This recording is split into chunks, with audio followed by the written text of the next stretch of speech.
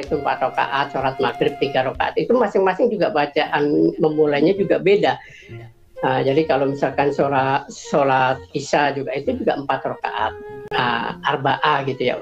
Usolli fardu arba'a rakaatin mustaqbilal qiblati adaan lillahi ta'ala. Usolli fardu arba'a rakaatin mustaqbilal qiblati adaan lillahi ta'ala. Ini parah nih. Biru Bida, Nafika Ya Aqsa, free Palestine. Assalamualaikum warahmatullahi wabarakatuh. A'udzu billahi minasy syaithanir rajim. Bismillahirrahmanirrahim. Matius 28 ayat 18. Isinya, Yesus diberi kuasa di surga dan di bumi. Diberi kuasa. Yang memberikan siapa? Lalu ayat 19-nya berbunyi, jadikanlah semua bangsa muridku. Ayat 19. Matius 28 ayat 19. Bukankah Matius 28 itu cuma sampai ayat 15? Kenapa ada ayat sampai ayat 19? Berani nggak kalian membuka kitab atau surat Matius dalam bahasa teks aslinya, yaitu bahasa Yunani kuno? Kita cek sampai ayat berapa itu Matius 28? Sampai ayat 15 apa sampai ayat 20? Oke, coba kita pelajari lagi ya. Di Matius 28 ayat 19 ini kan dikatakan nih, jadikanlah semua bangsa murid-muridku. Lalu kenapa di dalam Matius 15 ayat 24 berbunyi lain? Bukankah di Matius 15 ayat 24 Yesus berkata, aku diutus hanya kepada domba-domba yang hilang dari umat Israel. Kenapa berbeda ya cakapnya ya? Kenapa kontradiksi ayatnya ya? Jadi kira-kira begitulah ilustrasinya di saat saya dulu mempelajari Bible. Begitulah saya dulu. Dan itulah yang saya rasakan dulu. Hingga akhirnya saya mengenal Islam dan saya syahadat dan meyakini Islam sebagai agama dan keyakinan saya. Biru Bidam, Nafika Ya Aqsa, free Palestina. Assalamualaikum warahmatullahi wabarakatuh. Matius 23 ayat 34, Yohanes 1 ayat 10, Wahyu 1 ayat 8. Semua itu adalah surat-surat atau ayat-ayat yang ambigu, ya. Di dalam surat-surat itu tidak ada pernyataan secara tegas yang menyatakan bahwasanya ya Yesus itu adalah Tuhan. Tidak ada pernyataan secara tegas Yesus menyatakan dirinya adalah Tuhan. Bahkan Wahyu 1 ayat 8 yang di situ Yesus menyatakan dirinya adalah Alfa dan Omega, itu masih pernyataan yang ambigu dan tidak bisa juga ditafsirkan dia menyatakan dirinya Tuhan. Karena bagaimana dikatakan bahwasanya dia yang awal sementara ya ibunya yang berduluan daripada dia? Karena Yesus dilahirkan. Karena sesuatu yang awal seharusnya tidak dilahirkan dan tidak diadakan. Jadi makna tentang Alfa dan Omega itu lebih pantas dinarasikan ya kepada ajaran. Jadi ajarannya Yesus pada masa itu adalah Alfa dan Omega. Begitu juga ajaran nabi-nabi terdahulu sebelum dia. Termasuk juga ajaran yang merupakan ajaran Alfa dan Omega, dan juga ajaran Nabi Muhammad SAW juga Alfa dan Omega.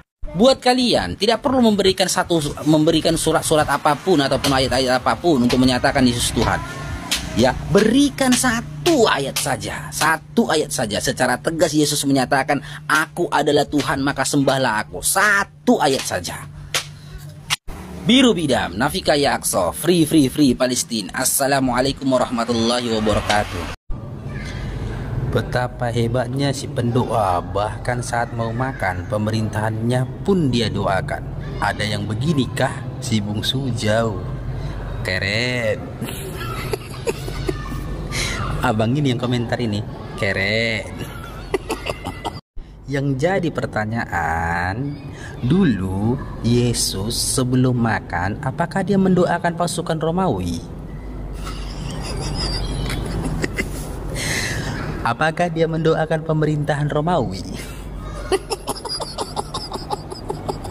Apakah dia mendoakan mamanya dulu? Jika tidak, ya, abang yang komentar ini ya mengikuti siapa dalam berdoa? Siapa yang mengajarimu berdoa? Dan seandainya ya waktu itu Yesus mendoakan pemerintahan Romawi ataupun pasukan Romawi, kejam betul itu tentara Romawi itu, tetap disalibnya juga Yesus loh. Padahal udah didoakannya. Seandainya ini ya, seandainya ya. Biru bidam nafika yakso. Free Palestina. Assalamualaikum warahmatullahi wabarakatuh.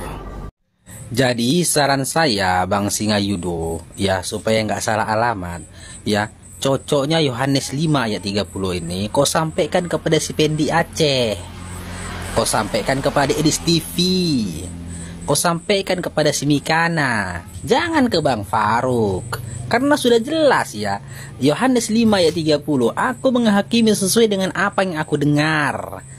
Nah, dari siapa Yesus mendengar? Dari siapa Yesus mendengar? Dari Allah kan? Dan penghakimanku adil, aku tidak menuruti kehendakku sendiri, melainkan kehendak Dia yang mengutus aku. Dia yang mengutus aku. Jelaskan dia diutus. Ayo Singayudo, kudukung kau. Sampaikan, ya, wartakan surah Yohanes 5 ayat 30 ini kepada Spendi Aceh, si Mikana, Edis TV, ya, para debaters Kristen itu yang gak ada akalnya itu, gak ada akhlaknya itu, sama mereka sampaikan ya, kudukung kau. Ayo. Jadi dengan secara tidak langsung ya, dalil bantahanmu ini Singayudo ya ibarat senjata makan tuan. Oleh karena itu, sebelum kalian mendebat Islam, kalian debatlah dulu kitab kalian itu ya. Kalian debatlah dulu ya. Jadi dari sekarang kita ada 2-0 ya Singayudo ya, 2-0 ya. Biru bidam nafika yakso. Free Palestina. Assalamualaikum warahmatullahi wabarakatuh.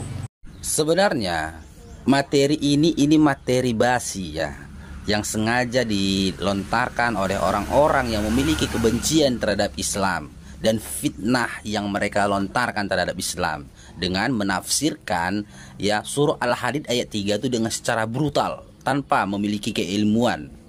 Makna yang awal ialah bahwasanya Allah Subhanahu wa taala itu sudah ada sebelum alam semesta ini ada. Makna yang akhir ialah bahwasanya segala sesuatu akan berakhir pada yang terakhir, yang berarti tidak ada sesuatu setelahnya. Begitu pula dengan yang zahir, berarti sebuah ketinggian yang tidak ada sesuatu pun di atasnya. Jadi makna zahir di dalam surah Al-Hadid ayat 3 itu itu bukan lahir. Bahkan di dalam tafsir Ibnu Katsir ya, setelah dijelaskan bahwasanya makna yang zahir dan yang batin di dalam surah Al-Hadid ayat 3 itu ialah bahwasanya Allah mengetahui. Ya, Allah sudah mengetahui segala sesuatu, baik kau simpan di dalam hatimu maupun kau lafazkan ataupun kau sampaikan ataupun kau zahirkan. Makanya berkali-kali Bang Faruk menyampaikan kepada kalian, jika ingin kalian mengkritik Al-Quran ya, atau menafsirkan Al-Quran, kalian harus belajar dulu cara membaca Al-Quran yang baik dan benar. Karena bahasa Arab lahir itu wulid, bukan zahir. Jadi jika engkau ingin menafsirkan dengan kata-kata lahir, maka pastikan dulu di dalam surah Al-Hadid ayat 3 itu ada enggak kata-kata wulid. Karena Allah Subhanahu wa taala, Tuhannya umat Islam itu tidak pernah dilahirkan. Tuhanmu kan yang pernah dilahirkan. Biru bidam nafika yakso. Free Palestina. Assalamualaikum warahmatullahi wabarakatuh. Salam dari Bang Faruk.